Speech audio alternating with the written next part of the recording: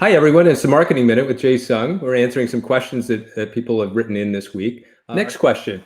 With new restrictions and weekly algorithm changes that can sometimes ruin the return on ad spend and conversions for brands, what are some scalable direct-to-consumer channels outside of Facebook and Google, if any?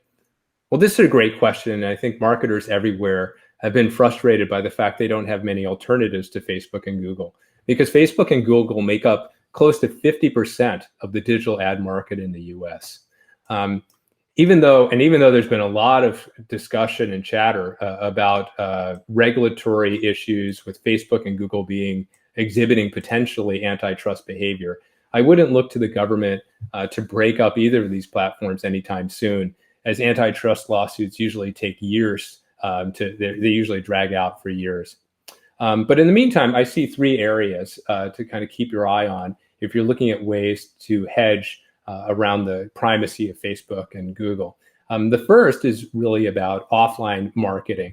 I use this expression frequently that offline is the new online, meaning that online now is so cluttered that offline you have a major opportunity to make an impression where users pay more attention typically offline than their ADHD selves online, where they're very, very distracted. So offline can drive a lot of bang for your buck.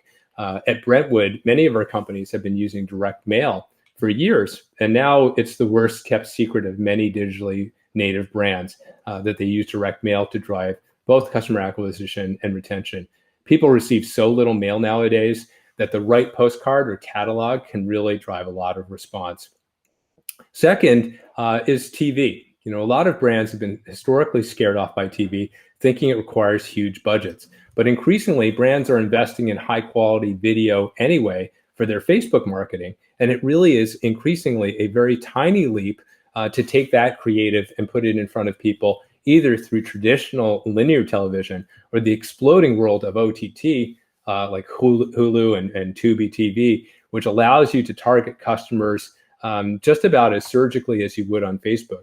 We have found that at one of our Brentwood portfolio companies that have great courses, which has been able to really create quite a bit of scale on television. Last but not least, shout out to Snapchat, the social media platform that could. They spent the last year really putting a lot of energy into their performance marketing product. And with 100 million users on their platform, look for Snap to be a force to be reckoned with.